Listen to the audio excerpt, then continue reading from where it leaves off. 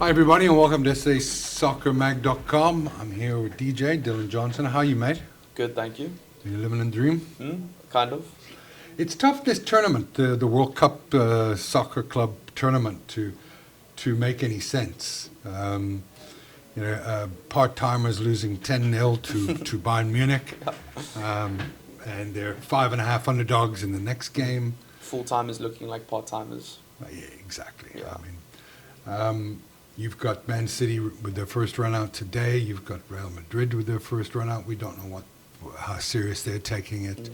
Some stadiums are full, some stadiums aren't.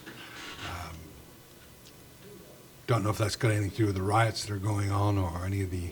I just don't think many people are interested. Stacking in the queues to watch Palmeiras or Porto at 3 p.m. in the afternoon, with no disrespect to those teams.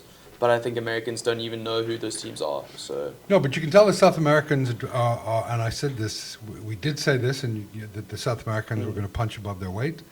Yep. They look okay. They look definitely the most interested in winning this competition so far. We said bet on PSG in the first game, easy winners. Yep. We said bet on PSG to win the tournament. And that 5-1 is looking good right now. You're not getting 5-1 now anymore. Because they beat Portuguese side, didn't they? They beat Atletico Madrid. They beat, same thing, Yeah. Portuguese, Spanish. They beat supposedly a strong Spanish side that would have had a lot. Well, you'd say probably one of the top 5 teams in the competition going in, I'd say. I would say so too. So you just got a hodgepodge of bets that you're trying to make sense of. What I can tell you is that there's only been 32 goals scored in 12 games. And that outlier is the 10 goals that were scored. Yeah. So these games aren't exactly setting the TV audience on light.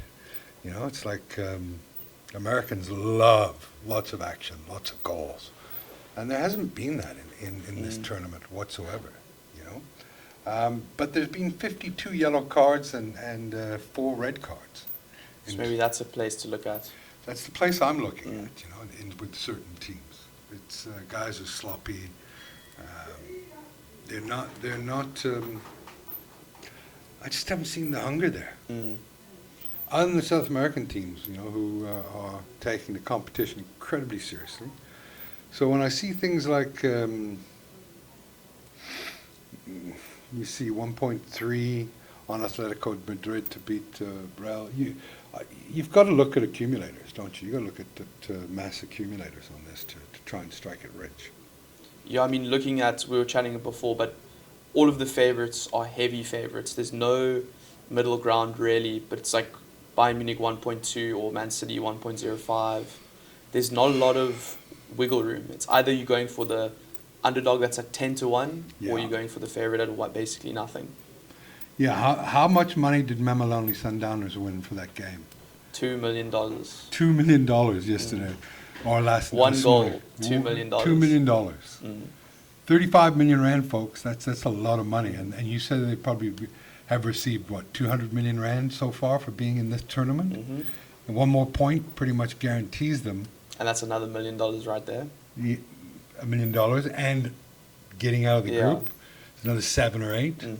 This could be like the biggest thing for... They could walk away with R500 million for 4 or 5 games. It's insane. So, what's your thoughts on... is there anything that stands out for you, bud? Honestly, not really. I think it's another week where we're going to have to... Because one thing that I think from the European team's perspective, there's been a few that have looked lethargic, not really that interested. So I think another round of them underperforming or South American teams getting those points, Sundowns getting another point, they're playing Dortmund next. I think the odds will shift dramatically. I think if it goes into the third round, Dortmund are bottom of their group, they'll be playing Ulsan or something. There could be an interesting bet there. But honestly, second round, it's like the big teams versus the small teams. I don't think there's nothing special really that's standing out to me. I don't know what you think. There's nothing that I see that I'm like, wow, okay, I'm going to take that, you know. There wasn't any yellow cards in the Bayern Munich game. You know, it was more of a training thing. Yeah. And I think that you're probably going to look at Benfica should win this game by 4+, 4-0. I said the Bayern Munich would win by 4-0 last game, 3 or 4-0, and I just couldn't. I just never seen a team as bad. I don't think anyone's going to overestimate Auckland again. Why are they even there? I think clearly the Oceanic teams are all amateur clubs. Yeah. I don't know. I'm not sure. It's something like a movie, isn't it? Like where John Gandy comes in and coaches them, or something ridiculous. 10-0. No, they're literally. I think the goalkeeper works in like not a packaging factory, but he works in like a chemical factory or something. Yeah. And there's a photo of him over a week ago working the forklift. Then a week later, he's taking photos with Manuel Neuer. So I think these guys are just partying. They're living the dream, like you said, but they're not really. I don't even think you're going to get good odds on betting 5-0 wins against them because. Well, no, I think the 5.5 is where this one is. I like Porto. I like Miami versus Porto, and I like a lot of cards in that game. I can see there being some cards in that game, 100%. Yeah, I can just see it. I'd go high on 4.5. Yeah, that's the only thing that I'm still happy to just watch and wait and see in this tournament to see where there's any value. I agree. I think after the second round, things will settle. We'll get a better idea of what the intentions of the teams are. We'll get an idea of who's going to be qualifying for the next round.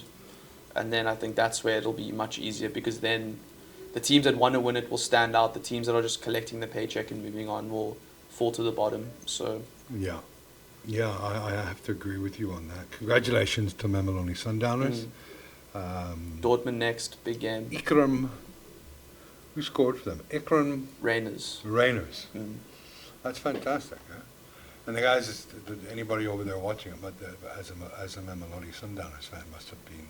Yeah. Even Patrice Motsepe would have had a smile on his face. So congratulations to Patrice and congratulations to Ikram and the Mamelodi Sundowners. Still, like I said, you've got 52 cards in 12 games.